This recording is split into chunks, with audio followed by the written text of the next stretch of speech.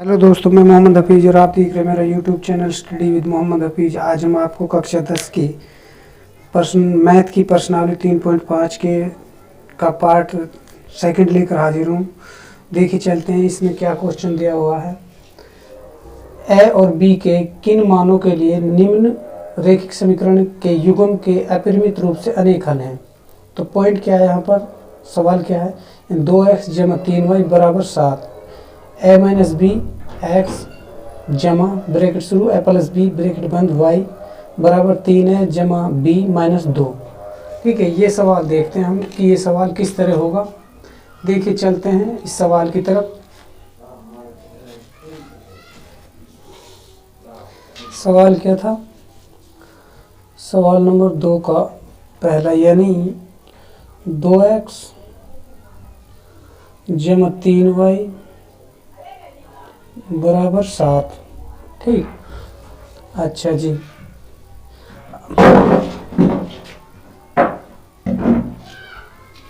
Next क्या है, ए minus B bracket में बंद है एक्स प्लस ब्रैकेट शुरू ए प्लस बी वाई बराबर 3a जमा बी माइनस 2। ठीक है, अब ये सवाल देखना हमने। देखिए इस सवाल को किस तरह करेंगे हम। ये समीकरण 1 है और ये समीकरण 2 है। ठीक है, तो अब हमें देखना क्या है। अब हम यहाँ पे देखेंगे a1 कितना है, a1 बराबर 2 और b1 बराबर कितना है 3 और c बराबर कितना है, यानी जब इसको इधर ले आएंगे तो -7 हो जाएगा ना ये। अच्छा जी, अब हम इसमें देखते हैं। देखिए a1 कितना है, a2 बराबर ये, यानी a माइनस बी ब्रैकेट के अंदर। ठीक है, और b2 कितना है ये, यानी ब्रैकेट के अंदर बराबर a प्लस बी। बड़े ध्यान से देखिए, सवाल हार्ड नहीं, बाकी आप डर सकते हैं इससे। ठीक है, और आगे हम क्या देखना है, C2 कितना है हमारा यहाँ पर माइनस, यानी जब हम इसको इधर लेकर आएंगे तो ये माइनस का हो जाएगा ना। और तो देखिए ये 3a प्लस बी और -2, ये क्या है, ये ब्रैकेट के अंदर लिख देते हैं हम इसको। ठीक है, चलिए अब हमें क्या करना है, यहाँ अपरिमित रूप से एक हल की आवश्यकता है। तो क्या होगा, देखिए यहाँ पर देखिए a1 बट्टे a2 बराबर b1 बट्टे b2 बराबर c1 बट्टे c2। राइट, तो अब हमने करना क्या है, इसके बट्टे में ये लिखना। देखिए यहाँ पे देखिए आप 2 बट्टे a माइनस बी, यानी a1 2 है और a2 ये है। ठीक है, आगे चलिए 3 बट्टे a प्लस बी। राइट, आगे चलिए -7 है ये, बटे में क्या आएगा -3 ब्रैकेट शुरू 3a प्लस बी माइनस 2। ठीक है, अब हमें करना क्या है, ये तो बराबर है नहीं, तो हमें करना क्या है, देखिए क्रॉस मल्टीपल कर देते हैं हम इनकी। ठीक है, ये देखो 2 ब्रैकेट शुरू a प्लस बी, फिर आगे इसकी इससे, यानी 3a माइनस बी ब्रैकेट के अंदर वह।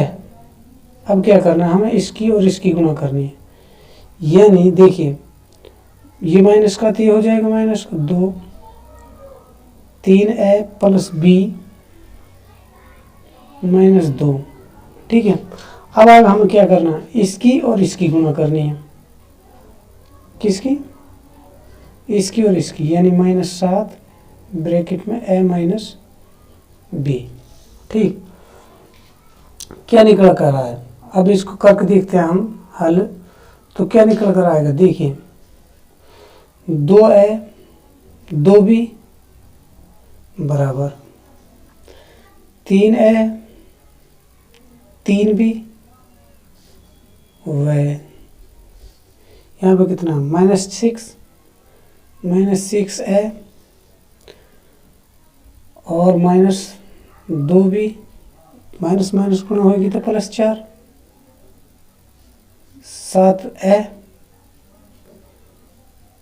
+7b यानी माइनस माइनस की गुणा होगी तो प्लस आएगी। ठीक, अब हमने करना क्या है, अब क्या करना है देखिए, अब आगे सवाल देखते जाइए। 3a -3b -2a -2b बराबर 0 व आगे क्या है -6a -2b +4 +7a -7b बराबर 0। कैलकुलेशन थोड़ी बड़ी है, आप ध्यान से देखो, नो प्रॉब्लम। a -5b, ठीक, ये माइनस का 5 हो गए बराबर 0 वह इसको देखो, अब इसमें कितना आएगा a -9b = 4 बराबर 0। ठीक है, यानी क्या आ गया a -5b बराबर 0 और दूसरी क्या है यानी ये है। ठीक, यानी a -9b = 4 बराबर 0। अब ये कंडीशन आ गई यहाँ पर। ठीक है, अब वज्र गुणन से करते हैं हम।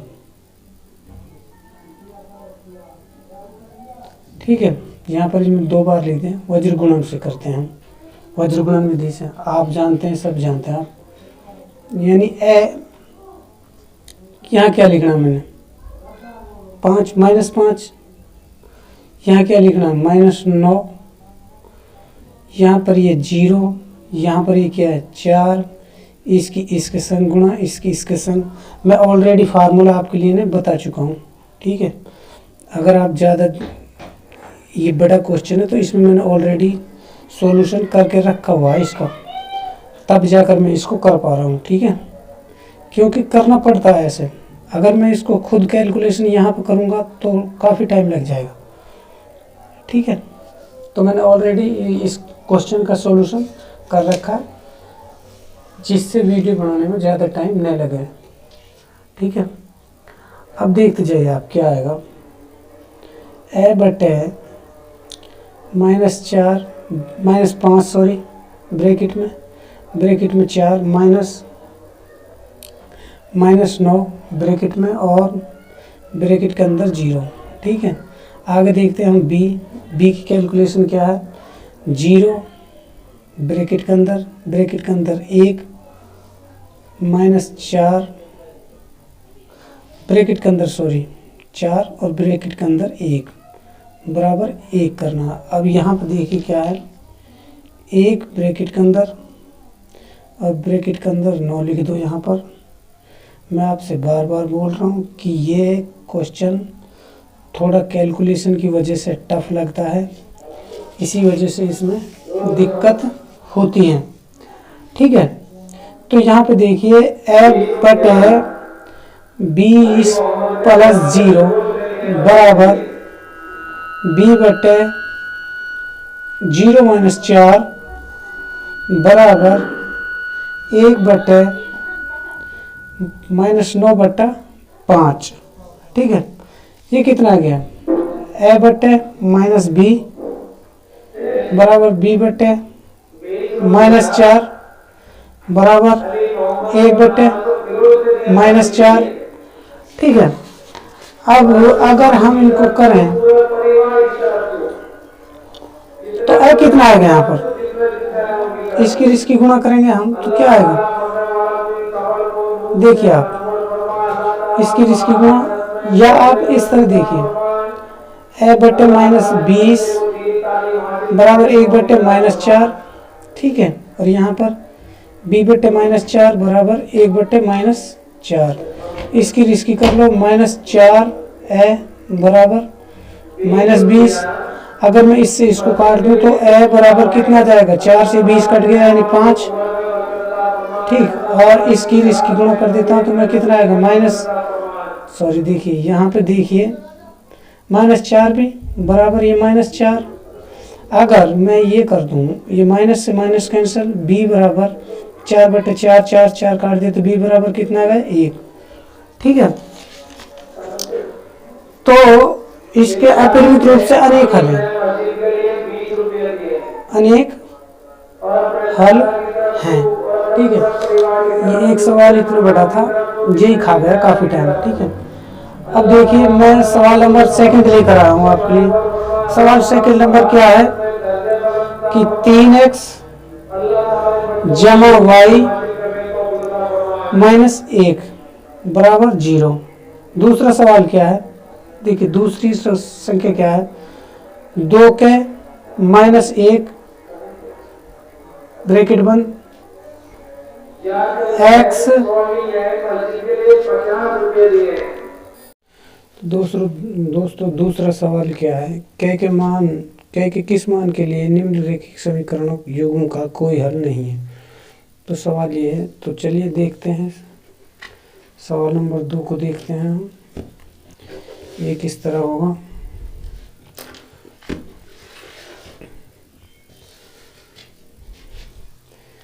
देखिए क्या है सवाल, तो सवाल क्या है, 3x जमा y -1 बराबर 0, ब्रैकेट शुरू 2k -1 ब्रैकेट बंद x माइनस नहीं प्लस ब्रैकेट शुरू k -1 ब्रैकेट बंद y माइनस ब्रैकेट शुरू 2k जमा 1 ब्रैकेट बंद बराबर 0। तो हमें करना क्या है, अब हमें यहाँ पर देखना क्या है, a1 कितना है यहाँ पर बराबर 3 और b1 कितना है यहाँ पर बराबर 1 और c1 कितना है यहाँ पर बराबर -1। अब इसी तरह a2 देखना, a2 कितना है यहाँ पर बराबर 2k -1, b2 कितना है यहाँ पर बराबर k -1, ठीक है। और c2 कितना है यहाँ पर बराबर 2 ब्रैकेट शुरू 2k + 1 ब्रैकेट बंद, ये है। तो हमें देखना क्या, अब देखिए यहाँ पर a1 बटे a2 बराबर b1 बटे b2 बराबर c1 बटे c2। और हमें क्या चाहिए, ये यानी ये है, यहाँ पर कोई भी हल होने के लिए ये जरूरी है। तो हम देखते हैं क्या होता है यहाँ पर, 3 बटे 2k -1 बराबर 1 बटा k -1, ये क्या हो गया यहाँ पर, ये हो गया, यानी ये और ये, ठीक है। तो अब हम इसकी क्या कर लेते हैं, क्रॉस मल्टीपल कर लेते हैं। देखिए यहीं पर देखिए, इसकी इससे 7 गुना करिए तो कितना आएगा, 3 ब्रैकेट शुरू k -1 बराबर, इसको इसी तरह लिख दें, एक लिखने की जरूरत नहीं है, अगर चाहो तो आप ये लिख सकते हो, 2k -1 ब्रैकेट बंद, क्या हो गया 3k -3 बराबर 2k -1। अब 3k -2k -1 इसको इधर ले गए तो प्लस के 3 हो गया, कितना बच गया यहाँ पर, खाली k, यहाँ पर कितना बच गया 2, क्या बच गया 2। तो k का मान क्या है यहाँ पर 2, ठीक है। क्या का अभिष्ट मान क्या है, यानी 2 है। रैखिक समीकरण का कोई हल नहीं है, यानी कोई हल नहीं है। राइट। अब सवाल नंबर देखते हैं हम तीसरा सवाल क्या कहता है। तीसरा सवाल में क्या है, यानी प्रतिस्थापन विधि या वज्रगुणन विधि से हल करें किसको, इसको देखिए 8x जमा 5y बराबर 9, 3x जमा 2y बराबर 4, ठीक है। तो अब ये डायरेक्ट यहाँ पर देखिए ये समीकरण 1 है, ये समीकरण 2 है। अब हमने करना क्या है, यानी अगर मैं ये करूं, ये समीकरण 1 से ये देखिए, यानी 5y बराबर 9 और इस 8x को मैं इधर लेके जाऊँ इधर, तो यहाँ पर क्या आएगा, y बराबर 9 माइनस 8x बटा 5। y का मान कहाँ प्रतिस्थापित करना हमें, समीकरण 2 में। इसको हम कहाँ रखेंगे, समीकरण 2 में। करण 2 में रखने पर किसका मान, y का मान। तो देखिए क्या हो गया यहाँ पर 3x प्लस 2 ब्रैकेट शुरू, यानी 9 माइनस 8x बटे में 5 ब्रैकेट बंद माइनस 4 बराबर 0। क्या आ गया यहाँ पर 15x जमा 2 ब्रैकेट शुरू 9 माइनस 8x ब्रैकेट बंद माइनस 20 बराबर 0। देखिए ये ऑलरेडी हल मैंने किया हुआ है, और आप इसको जब भी वीडियो बनाता हूँ तो मैं पहले उस प्रश्नावली को खुद सॉल्व करता हूँ, उसके बाद ही फिर मैं वीडियो बनाता हूँ, ठीक है। तो देखिए आगे देखिए क्या हुआ फिर, यानी 15x जमा 18 माइनस 16x माइनस 20 बराबर 0। अब कितना बचा, यानी 15 में से माइनस गया तो माइनस x, और ये कितना बच गया माइनस 2, और बराबर क्या है 0। माइनस x बराबर 2, यानी x बराबर माइनस 2। ये x की वैल्यू आ गई, ठीक है। अब क्या करना है हमें, यहाँ पे देखें x का मान समीकरण 1 में रखने पर या 1 में प्रतिस्थापित करने पर। अब समीकरण 1 देख लीजिए, यानी 8 ब्रैकेट शुरू माइनस 2 जमा 5 y बराबर 9, यही है, ये ना। क्या आएगा माइनस 16 जमा 5y बराबर 9, 5y बराबर 9 जमा 16 कितना हो गया, y बराबर, यानी 16 5 25, 5 ये बटे में 5 से 1 काट दी, कितना है y बराबर 5, ठीक है। x की वैल्यू माइनस 2 और y की मान ये तो गया प्रतिस्थापन विधि से। किससे, प्रतिस्थापन विधि से, ठीक है। अब हम इसको कर लेते हैं वज्रगुणन विधि से। वज्रगुणन विधि के लिए हमें क्या जरूरत पड़ती है, a1 a2 b1 b2 इन वगैरह वगैरह, ठीक है ना। तो यहाँ पे देखिए a1 कितना है, a1 बराबर कितना है 8, b2 कितना है यहाँ पर बराबर 5, और c1 कितना है यहाँ पर बराबर, सॉरी a1 8 b1 5, यानी यहाँ देखिए आप, यहाँ पे देखिए, यहाँ पर जब इसके इधर ले आएंगे माइनस हो जाएगा, यानी बराबर माइनस 9। इसी तरह आप इसको देखिए, यानी a2 कितना है यहाँ पर 3, b2 कितना है यहाँ पर 2 और C2 कितना है यहाँ पर -4। अब वज्रगुणन विधि से इसको हल कर लीजिए, यानी x बटा, डायरेक्ट कर लीजिए आप यहाँ पर 5 B1 बटे B2 B, ये B1 बटे B2, C1 बटे C2, फिर इसी तरह A1 बटे A2, इस तरह होगा। ठीक है, अगर इतना टाइम लगाएंगे तो सवाल हल ही नहीं होगा। 2 ब्रैकेट शुरू -9 ब्रैकेट बंद।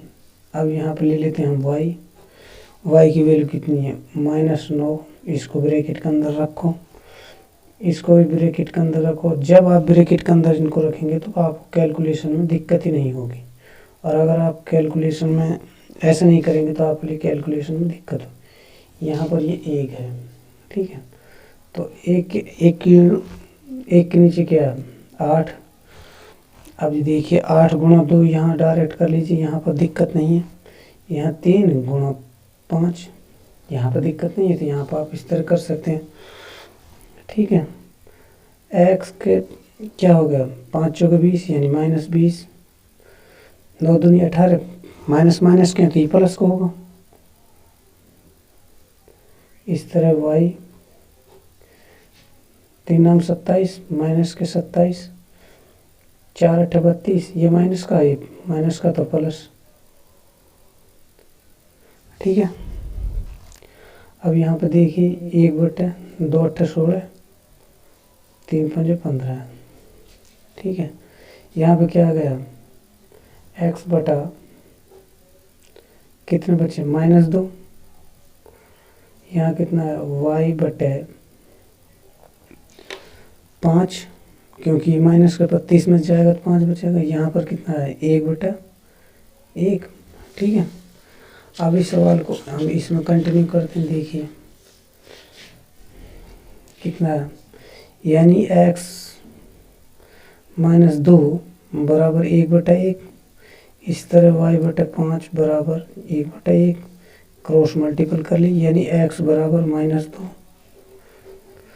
इसकी क्रॉस मल्टीपल कर ली, यानी y बराबर 5। ठीक है, ये आंसर है, राइट। अब नेक्स्ट आगे चलते हैं, आगे देखते हैं आगे क्या सवाल है। अगला सवाल क्या है, अगले सवाल में कह रहा है कि यहाँ देखिए, एक छात्रावास के मासिक व्यय का एक भाग नियत है, शेष भाग इस बात पर निर्भर करता है कि छात्र ने कितने दिन भोजन लिया। जब एक विद्यार्थी ए को 20 दिन भोजन करता है और 1000 रुपये छात्रावास के व्यय के लिए अदा करने पड़ते हैं, जबकि एक विद्यार्थी बी को 26 दिन भोजन करता है और छात्रावास व्यय के लिए 1180 रुपये अदा करने पड़ते हैं। नियत व्यय और प्रतिदिन के भोजन का व्यय ज्ञात कीजिए। तो हमें मानना क्या है, नियत व्यय और प्रतिदिन का भोजन का व्यय, यही मानना है हमको। यानी सवाल नंबर 4 का पहला, माना नियत व्यय कितना मान लेते हैं हम, इसको x मान लेते हैं। ठीक है, x रुपये है, और प्रतिदिन के भोजन का व्यय कितना मान लेते हैं हम y रुपये। ठीक है, करते हैं पर्सन अनुसार। ठीक, देखिए x 20 दिन के लिए कितना देता हो, देखिए क्या करता है, 20 दिन भोजन करता है तो 1000 रुपये देता है। ठीक है, 20 दिन के, तो हमने प्रतिदिन भोजन का ये माना, तो कितना हो गया 20y बराबर कितना देता 1000 रुपये। ये समीकरण 1 बन गई। उधर में क्या कह रहा है, वो 26 दिन भोजन करता है और कितना देता है 1180, तो ये x जमा 26y बराबर 1180 रुपये। ये समीकरण 2 बन गई। यही काट लेते हैं इनको घटाने पर, ये माइनस का ये माइनस का ये माइनस का ये कैंसिल हो गया, प्लस माइनस कितने बचे, ये 26 है, और ये कितना बचे -6y। यहाँ पर ये कितना बचे, 180 बचे ना, या 1000 में से जाएंगे तो माइनस के 180, माइनस से माइनस कैंसिल हो गया, यानी y बराबर 180 बटे में 6। ठीक है, 6 थी 18, यानी y बराबर कितना आ गया, 30। कितना आ गया, 30। अब क्या करते हैं हम, y का मान समीकरण 1 में रख देते हैं। y का मान समीकरण 1 में रखने पर, ठीक है, समीकरण 1 क्या है, x जमा 20, y की जगह 30 रखना तो गुणा 30 बराबर 1000, x बराबर 1000 माइनस 3 दूनी 6 यानी 600, यानी x बराबर 400 रुपये। ठीक है, यानी नियत वे क्या है, 400 रुपये, और यहाँ लिख देते हैं हम नियत वे बराबर 400 रुपये, और प्रतिदिन भोजन का वे है जो क्या है 30 रुपये। ये हो गया सवाल। ठीक है, आगे क्या है, एक भिन्न 1/3 हो जाती है जब उसके अंश 1 घटाया जाए, और वह 1/4 हो जाए जब उसके हर में 8 जोड़ा जाए, भिन्न याद करो। अब देखिए सवाल नंबर 2, माना भिन्न क्या है, x बटे y। अब प्रश्न अनुसार देखिए क्या होता है, जब उसका अंश से 1 घटाया जाता है, अंश ये होता है ना, भिन्न कितनी हो जाती है, 1/3 हो जाती है। क्रॉस मल्टीपल कर लो, यहाँ पर कितना आ गया, 3x माइनस 3 बराबर y। क्या आएगा, 3x minus y, 3x minus y बराबर 3। देखिए ये इधर जाएगा तो कितना आएगा, 3। समीकरण 1। अब क्या कह रहा, अगर उसके हर में 8 जोड़ा जाए तो यानी x बटे y जमा 8 तो कितनी हो जाती है, 1/4 हो जाती है। कितनी हो जाती है, 1/4 हो जाती है। क्रॉस मल्टीपल कर लो, क्या आएगा, 4x बराबर y जमा 8। क्या हो गया, 4x माइनस y बराबर 8। ये समीकरण हो गई 2। ठीक है, समीकरण क्या हो गई, 2। अब देखिए आप 3x माइनस y बराबर 3 और 4x माइनस y बराबर 8, ये 1 है और ये 2 समीकरण है। अब इनको क्या कर लेते हैं, घटा लेते हैं। यहाँ पर घटाने पर, क्योंकि ये इक्वल है तो इक्वल करने की जरूरत नहीं, ये माइनस का ये प्लस का ये माइनस, ये कैंसिल हो जाएंगे। कितने बचे, माइनस x बराबर -5, माइनस से माइनस कैंसिल, x की वैल्यू कितनी आ गई, 5। ठीक है, अब x का मान क्या है, x का मान क्या है, x का मान समीकरण 1 में रखने पर। ठीक है, अब 1 क्या है, समीकरण ये, यानी 3 गुणा 5 माइनस y बराबर 3, यानी माइनस y बराबर 3, 3 5 15, इसको इधर ले जाएंगे तो -15, माइनस y बराबर कितना, -12। इसको इससे कैंसिल कर दिया, y की वैल्यू कितना आ गई, 12 है। तो भिन्न क्या बन गया हमारा, तो देखिए भिन्न क्या बना हमारा, भिन्न क्या बना, यानी x बटे y था ना, तो x कितना आया यहाँ पर 5 और y कितना आया हमारा 12, तो भिन्न बन गई है। ठीक है, अगला सवाल देखते हैं। अगला सवाल क्या है, अगला सवाल क्या कह रहा है कि यश ने एक टेस्ट में 40 अंक अर्जित किए। जब उसे प्रत्येक सही उत्तर पर 3 अंक मिलते हैं और अशुद्ध पर 1 कटता। यदि उसे सही पर 4 अंक मिलते हैं और अशुद्ध पर 2 अंक कटते हैं तो 50 अंक अर्जित करता है। ठीक है, यहाँ पर चलते हैं।